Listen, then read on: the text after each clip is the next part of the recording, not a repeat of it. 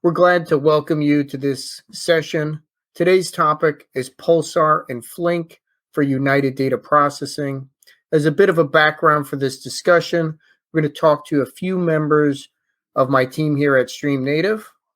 We have CJ Gao, the CEO and co-founder. CJ was part of the original team that developed Apache Pulsar back at Yahoo. We have Addison Hyam, the chief architect here at Stream Native, and he's worked with Pulsar and streaming communities for the last 7 years. And Nang Liu, who previously worked at Twitter on streaming with Apache Heron. Nang now leads the team on Flink and Pulsar integration. Welcome to all the panelists. I'm Timothy Span. I'm a developer advocate here at Stream Native. I previously was a principal field engineer for streaming at Hortonworks and Cloudera, working with Ni-Fi, Flink, and some other senior streaming technologies. Before we get started, I wanted to do a brief introduction what we're going to be talking about. We'll be talking about unified data processing and the trends organizations are seeing that are driving the need for uniting both batch and stream computing, and how Pulsar and Flink together can help fill that need. Let's have the panel introduce themselves and describe how they got started in unified data processing.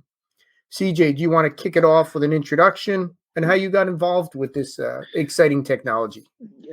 Thanks, Tim. Hi, everyone. My name is CJ Guo. Just as Tim said, I'm one of the co-founders of Stream Native. I worked for Yahoo about 10 years ago. I worked there as part of the team that created an internal service called Cloud Messaging Service. The idea of Cloud Messaging Service is to consolidate different messaging technologies such as ActiveMQ, RabbitMQ, Kafka into one unified platform. And that was our first step towards kind of unifying messaging and streaming together. And then I moved to Twitter, and that the messaging platform there. We did a very similar thing there to consolidate multiple messaging tags together into one messaging platform, and was working closely with our streaming and data processing team on integrating a bunch of different data processing technologies with messaging platform. And that's how I was brought into this space. That's kind of my story, and I'm going to pass on to Edson and let him introduce himself. You're muted, Edison. Sorry, there we go. Can everybody hear me okay now? We got you. All right. Nice to meet you, everybody. My name is Addison Hyam. So as mentioned, I'm the chief architect here at Stream Native. So I first got involved with Pulsar about 3 years ago. I worked at an organization called Instructure that was using Flink to try and do some large-scale data processing. And while we really liked Flink, we had a lot more needs on the side of how we were storing and managing our streams. And so I began and led the initiative to adopt Pulsar, which really helped improve our capabilities and being able to do more with stream processing using Flink, and as well as give a better storage around just real-time data in organizations in general.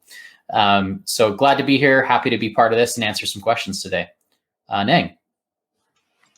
Okay, thank you, Edison.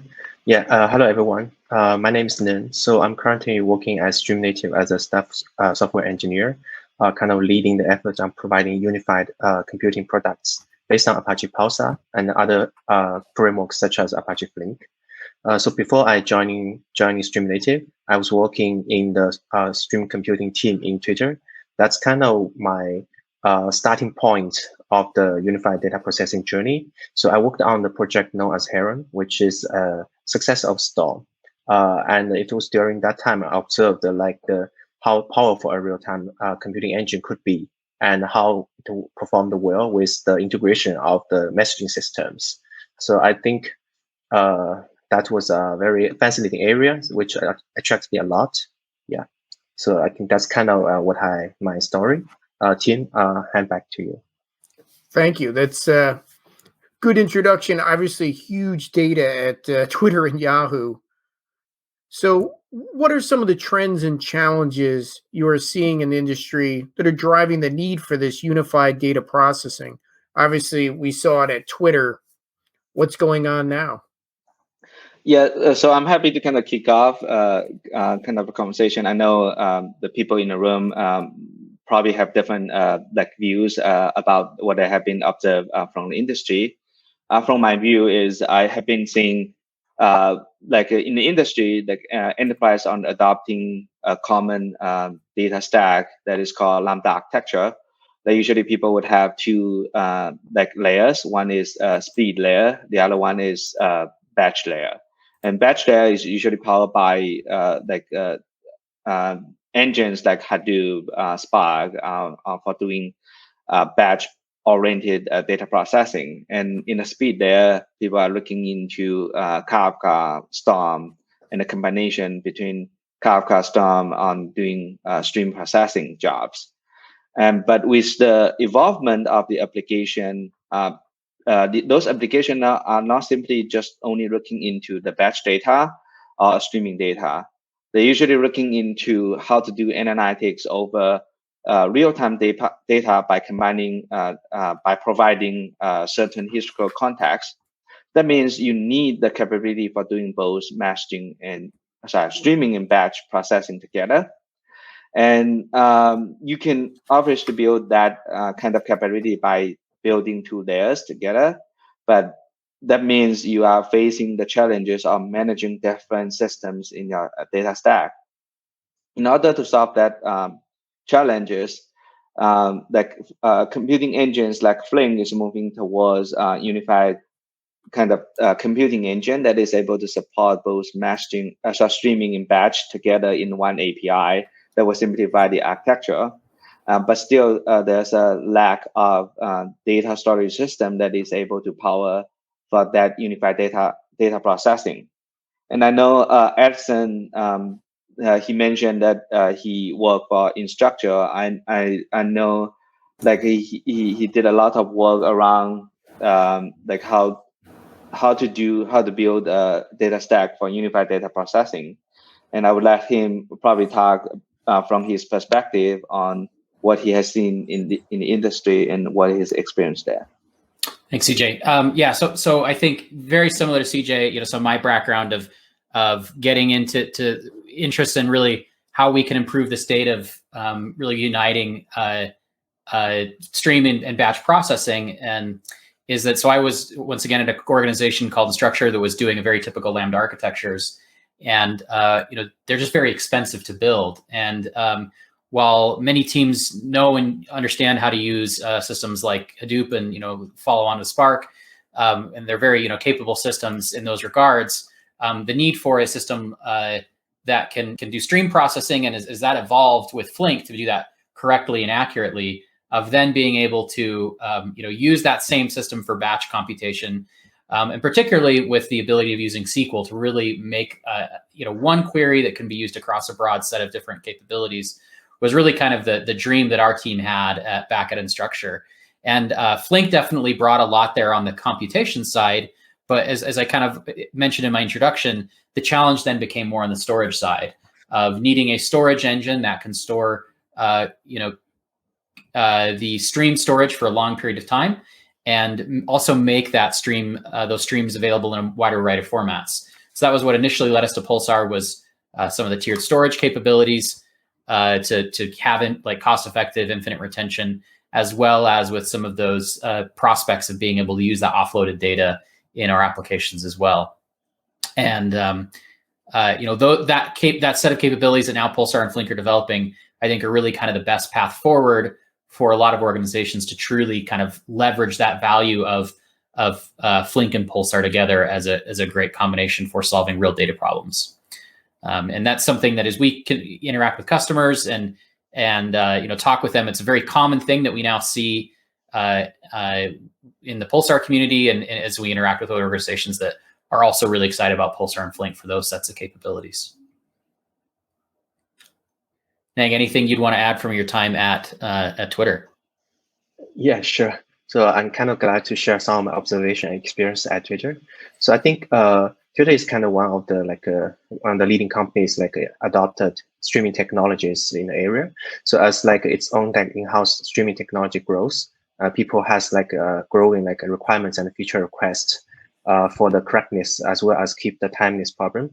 So I think that's where the Lambda architecture came from. So at that time, Twitter will use the Storm as a streaming processing engine to timely processing the data. But on the other hand, in the backend, there will be a daily scheduled Hadoop job to do a batch processing for the data to backfill all the to correct all the result of the computing.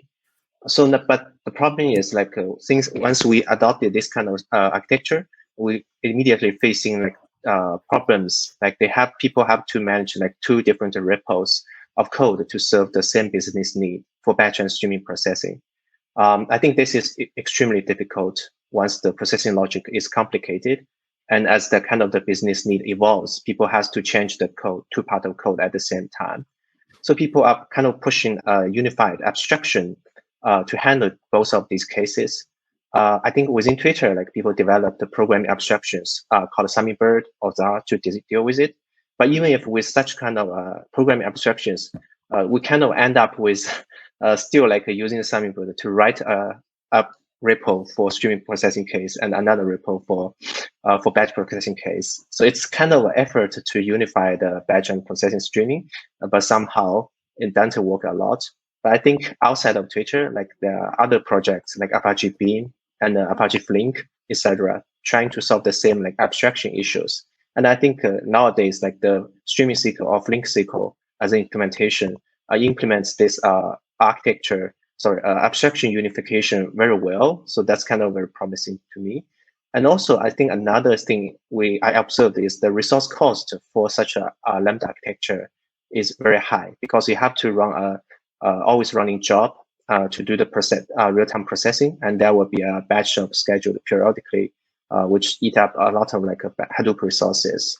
So I think this is another kind of need for people to truly unify the batch and the streaming processing, or we call it the unified data processing, to reduce such kind of resource cost. So I think many mechanisms and concepts like watermark, checkpoints, windowing kind of are developed to help in this direction to make sure that the real-time processing is correct and the timeliness, and there will be no errors for the result.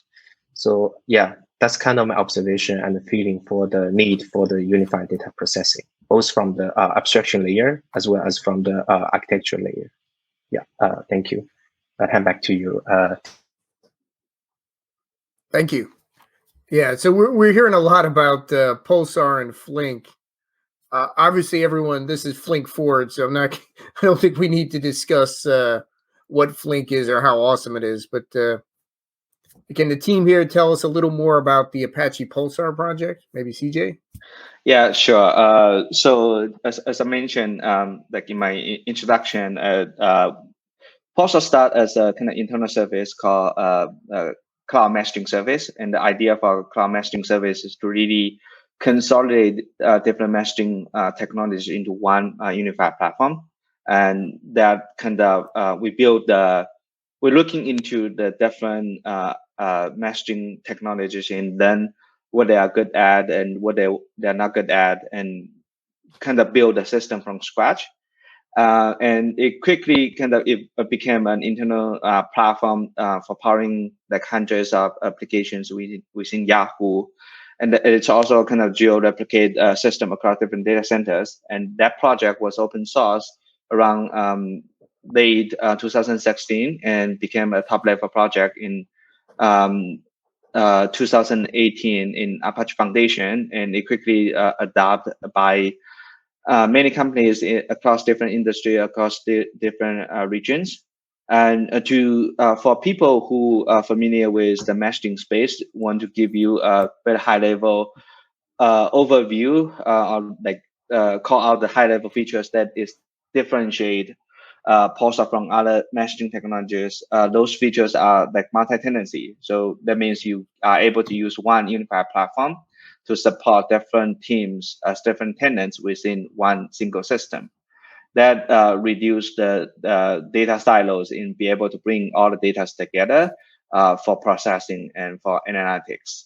And the second one is Pulsar was born in a cloud native with a cloud native architecture by separating the computing there from the storage there.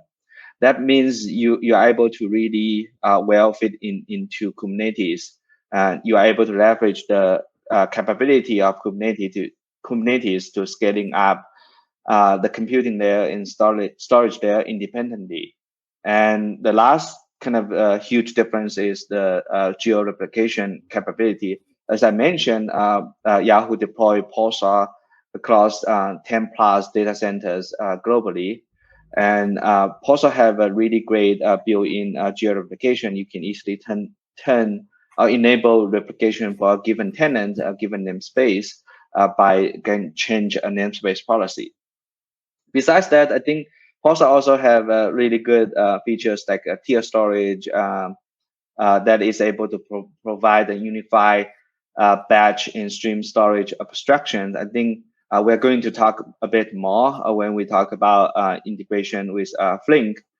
And I also want to call out Pulsar has this internal concept called protocol handler that is able to kind of integrate with be able to support popular messaging protocols. So if you have an existing application written in Kafka, it's easy to switch to Pulsar without changing any code. For more details, I think about Pulsar, you are welcome to kind of check out the Pulsar website. And we also have upcoming Pulsar Summit Asia with tons of talks around Pulsar. If you're interested in that event, you can attend as well. But I don't want to kind of sidetrack the conversation here. Hope that give everyone an overview of Pulsar. And I'll hand back to Tim to continue the conversation around Pulsar and Flink. Thank you. As we see, Apache Pulsar has a lot of features that make a lot of sense for unified data processing. And obviously Flink does as well. So Addison, why do you think Pulsar plus Flink is such a great combination for doing unified data processing today? Yeah, I think the simple story there is that, with all the capabilities that Flink is bringing on the compute side of being able to do both batch and stream processing, you need a storage engine, a storage technology that's really designed and suited for powering both batch and stream jobs. And Pulsar, with its capabilities around being, obviously a streaming engine, as well as the capabilities and integrations that we are working on to make it more capable in sort of for accessing your streams in sort of a batch functionality, really together is a very compelling story. So to kind of dig into that a bit more, we spoke, had the Viverica team speak recently at the Pulsar Summit this last year about the pathway towards that. And one of the things that we're really excited on in the Pulsar community to be working on is we already have built-in storage offloading, so you get that infinite retention. But when that data gets offloaded, transforming that data into a format that is more directly addressable and can be read by Flink applications. So the way you can think of that is a Flink application can be run in like a batch mode, read the data in batch from Flink, and then restart that job in a streaming mode and continue on from the position in the stream without having to from exactly the right position. But Pulsar and Flink together are kind of owning that whole problem. You didn't have to write tooling and additional connectors and whatnot to coordinate all that. Instead, that's kind of built right into Pulsar as a platform. Flink can make use of that data. So that's something that I think is really the kind of marquee, exciting feature. But beyond that, there's also just the, as CJ mentioned, one of the things we've really found working with organizations is that Pulsar's ability to be a multi-tenant system that's really designed to have kind of one cluster that is powering all of your different applications and teams really also makes it much easier to start using your data and computing over it. From just my personal experience, one of the big challenges we found in really making use of Flink was that we needed to get teams to get the data into a place that we could then process it. And Pulsar was really kind of a great key there. Is It was easy for developers to use. It had multi-tenancy, so we don't have to like spin up additional clusters. So it was a very fast way that a team could start getting their data into the system that we could then process with Flink and start, doing those enrichments and capabilities that, Flink is so capable of. So that I think that's kind of to summarize, really about being to have a more complete solution to the streaming problem that with Pulsar and Flink combined together. Nang, I know you've spent some time with these. I'd be curious to get your take on why Flink and Pulsar are such a good combo. Okay, cool. Thank you, Edison. Based on my experience, like from a technical point of view, I think Flink provides a really good set of abstractions for unified data processing, like this data stream API, table API, as well as the Flink SQL feature. And the underlying engine is kind of battle tested in various use cases, like by Alibaba and by many of the Bay Area companies. So its view of handling a batch as a special case of streaming processing is kind of very attractive to me. I think that's kind of the very great direction we want to move. And on the other hand, I think a great engine cannot work well without a great source. So the Pulsar to me, it's a really amazing like a messaging and streaming platform. So it has a lot of like features, useful, powerful features like geo-replication, tiered storage, and it's born as a cloud native architecture, like makes sure it works with the nowadays cloud architecture. And also it has a lot of like protocol handlers, which can easily help plugging in a lot of different data sources for users. So basically it's kind of entry point for all the messaging flowing. And it would be able to storing those kind of data in a tiered storage way. So I think it can serve the Flink engine both for the streaming real-time processing case as well as the batch processing case. And also besides, there's another thing. It's like I think both of the projects has a really powerful or active communities collaborated together.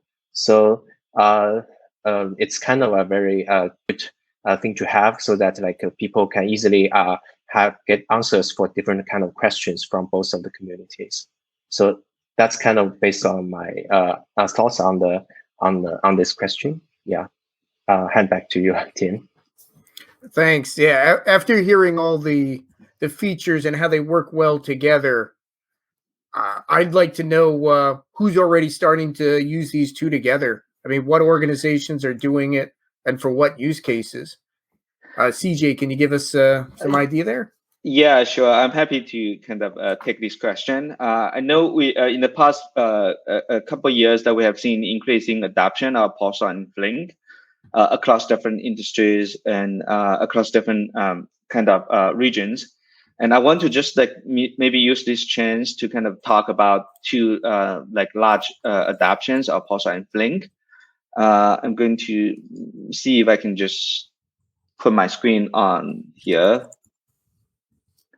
So you might be able to see my screen now. I'm going to share like two kind of large kind of companies who are adopting Pulsar and Flink. The Tencent is one. Tencent originally adopting Pulsar for its payment, as a foundation for building its billing platform. And on top billing platform, it would use that for transaction processing. But after the given billing request has been really processed, it need to do payment reconciliation. And in order to do that in real time, and they adopt Flink as the computing engine. And by really leverage the streaming capability of Flink, and together with the messaging and streaming capability of Pulsar, to do the payment reconciliation in real time. And after that, they expand the usage towards more using the combination of Pulsar and Flink for more analytics workload, like for things like fraud detection, to ensure all the transaction is processed in a safe way, and collecting all the additional like click events, user events to analyze the customer behavior, and together with all the billing data, and be able to recommend, make a good recommendation about their billing product. And besides that, after Tencent adopting Pulsar as part of the billing platform and bring in Flink for the entire processing, the combination of Pulsar and Flink is actually the adoption of the combination is growing across different business units within Tencent, such as Tencent Gaming, WeChat, and Tencent Music. They are all kind of already either adopting Pulsar and Flink or looking into adopting Pulsar and Flink. So that's kind of the one large kind of adoption is coming from. And the other one is the other kind of a typical example is Bigo. Bigo is a popular live streaming application in Southeast Asia. And they have been adopting Pulsar as their entire messaging streaming platform. And they use the combination of Pulsar and Flink for doing real-time ETL and building out their real-time recommendation engine. And also, they leverage the tier storage capability to really consolidate both the streaming data and batch data together into one real-time data warehouse, and use Flink as the computing engine, and Flink SQL as the SQL query engine for process data in both batch and streaming way. So those are kind of the two typical kind of adoption that is happening within Pulsar community and the Flink community, and we are seeing that adoption is growing quite a lot, and people have been using Pulsar and Flink in different in more use cases now. So that's kind of my take on this question, and I'm happy to pass back to you, Tim. Wow, that's impressive. Companies of that scale using this already. Before I go further, I just want to make sure people on here know that we will be taking your questions from the audience. Put that in the Q&A and we'll answer that at the end. We're just going through a little background now. Now that we saw, at the scale already that people are using Pulsar and Flink, I guess the question comes, how mature is this now? What's the status of that combination? How's the roadmap for that integration going? Where are we in that? Sure. I'm happy to take the first part of the question. It will probably just it would be good for me to give you a bit of background about the Pulsar and Flink integration, because we are the kind of champion of this Pulsar and Flink integration. I think it's easier for me to maybe just present a timeline about the integration. So I think we started integration between Flink and Pulsar back in 2018, and the integration was started around Flink 1.6 with Pulsar 2.5 or 2.6, and the integration was very simple with a simple streaming source and sync connectors, and also provide a kind of table sync connector. So people are able to kind of use that connectors to get data into Pulsar, or using Flink to process the data from Pulsar and write the result back to Pulsar. And then when Pulsar evolved, bring in more features such as schema registry, we evolve our integration to a newer connector with Flink 1.9 by bringing in Pulsar schema as the first-class citizen into the integration. That means we are able to deliver a Flink catalog that allows people to register all the topics as a table in Flink, and then use Flink SQL to query that. And after that, a lot of involvement is more on how to leverage the Pulsar deliver guarantees, exactly one processing, and also work closely with the Flink community on adopting the newer connector, unified sync connector model, and to provide a really a great unified source connector that is able to do for supporting both batch and stream processing. I know this is kind of the beginning, and I know we have been working with Flink a lot, and I think Neng is the people who is leading the integration. I'm happy to let him drive more kind of the provide an update on the current status of the integration. Cool. Thank you, CJ. So the good news is like we finally merged the Flink connector part in the Flink 1.14 release very recently. So now people can actually using that Flink connector to read message, consume message from Pulsar and process it in the Flink out of the box. And the roadmap for the following tasks will be like we are continuing the work on contributing the sync connector using the new API to the Flink community. And probably it will be available in the next release, which is 1.15. And in the meantime, we're also trying to redesign and implement the catalog implementation as well as the table API support. So that I think in the following releases, very recently, maybe early next year, people will be able to utilize the whole Pulsar Flink connector to processing data and using that for SQL queries. That would be that's kind of very amazing and exciting feature from us. Yeah. Thank you. I will pass back to you. Oh, that's pretty awesome. I mean, I think everyone, including myself, is curious. How does this work? How is it designed? Can you give us a little peek into the implementation of this new connector? So basically, we implement a new connector based on Flink's new API, source API, which is has like two separate abstractions. One is the split enumerator, which is responsible for mapping the different Pulsar topic partitions into a split for the engine to processing. And the second one is the split reader, which is actually executed by the task manager to fetching actual data from Pulsar and then like feeding into the Flink data pipeline. So I think they all have like different APIs for do the processing, and the overall like steps process looks like the task managers running those Flink source. Pulsar Flink source will be requesting splits from job manager. And the job manager, by utilizing the split enumerator, will generate new splits. And based on the different subscription model you used for Pulsar, you will send a split assignment to those task managers. And once received the split, maybe it's a one topic partition from Pulsar, or it's duplicated for different task managers. You will do the actual processing work.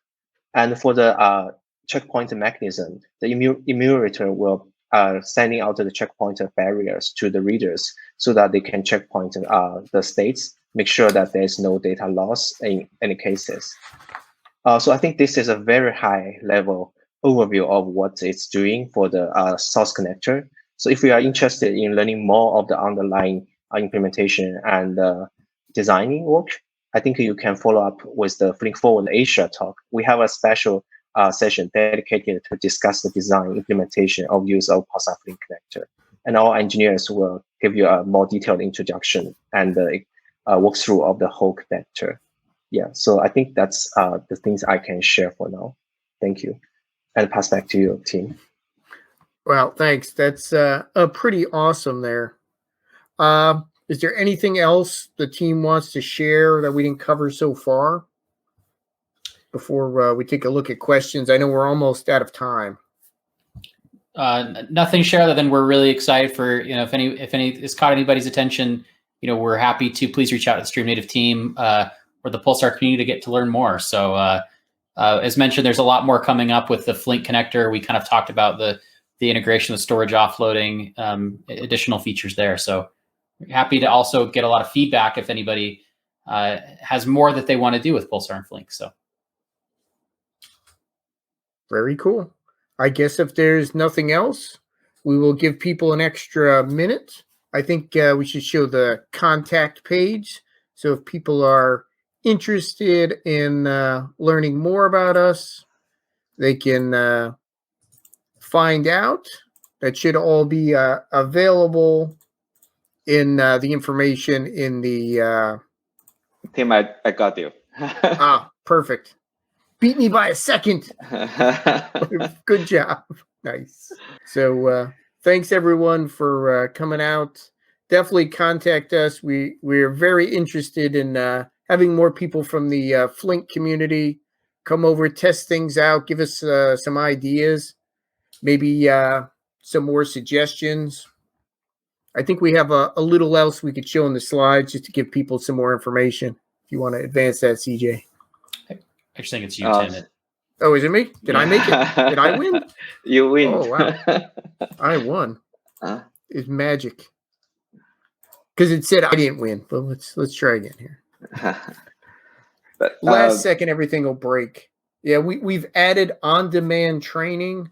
So, you know, there's a lot to learn, but this is a good way to get started and see the basics of Pulsar in a pretty easy manner. So you could just join academystreamnative.io to learn how to do the basics of Pulsar, which is really cool.